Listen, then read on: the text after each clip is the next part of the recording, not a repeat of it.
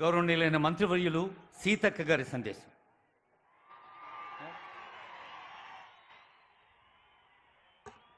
రైతు పండుగకు అశేషంగా తరలి వచ్చినటువంటి మా రైతన్నలకు, రైతు బిడ్డలకు, రైతు కుటుంబ సభ్యులకు పేరు పేరున హృదయపూర్వక నమస్కారాలు, పాదాభివందనాలు.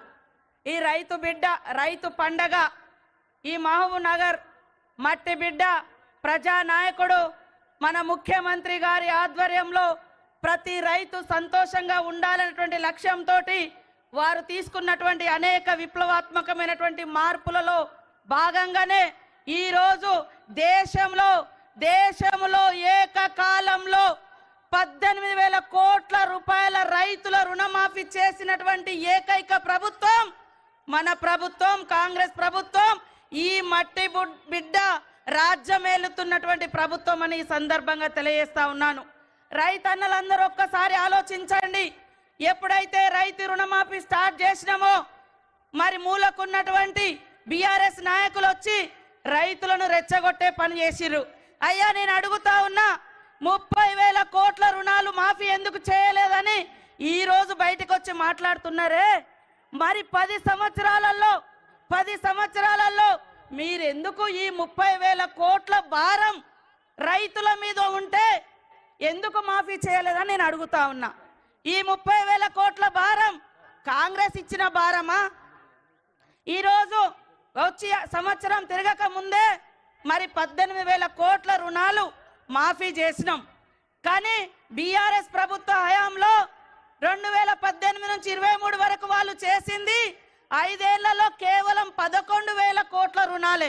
కానీ మన సీఎం, మన ప్రభుత్వం మరి 25 రోజులలో ఇప్పటికే చేయడం జరిగింది. కాబట్టి ఒక దిక్కు అప్పులు, ఒక దిక్కు సంక్షేమం. ఈరోజు నేరుగా రైతుకు లాభం అవుతుందంటే సన్న వడ్లు కొనడం తోటి కౌలు రైతుల యొక్క అకౌంట్లలో కూడా డైరెక్ట్ గా డబ్బులు పడుతున్నాయి.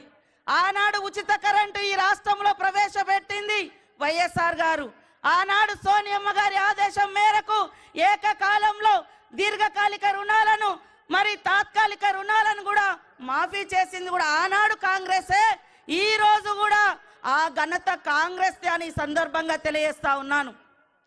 మీరు అర్థం చేసుకోవాలి, ప్రశ్నించాలి. మీరు 10 ఏళ్లలో ఎందుకు ఏకకాలంలో 1 లక్ష కూడా రుణమాఫీ చేయలేదయ్యా? ఈరోజు దొంగ డ్రామాలు వేస్తున్నారు. ఈరోజు ప్రజాప్రభుత్వం చేసేటువంటి కార్యక్రమాలను ఎందుకు అడ్డుకుంటున్నారు అని ప్రశ్నించాల్సిన అవసరం ఉంది. ఊరంతా అప్పులు చేసిపోయినట్టుగా అన్ని శాఖలలో అప్పులే ఉన్నాయి. సర్పంచుల అప్పులు ఇవ్వలేదు.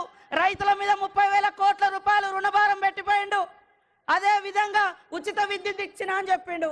60,000 కోట్ల రూపాయలు మరి ఉచిత విద్యుత్ బకాయిలు ఈ రోజు కట్టకుండా అప్పు మిగిల్చిపోయింది ఎవరు అని నేను అడుగుతున్నా. కాబట్టి వాస్తవాలను, నిజాలను తెలుసుకోండి. ఈ ప్రజాప్రభుత్వాన్ని దీవించండి అని మీ అందరికీ కోరుకుంటూ, జై జవాన్, జై కిసాన్. Honourable MLC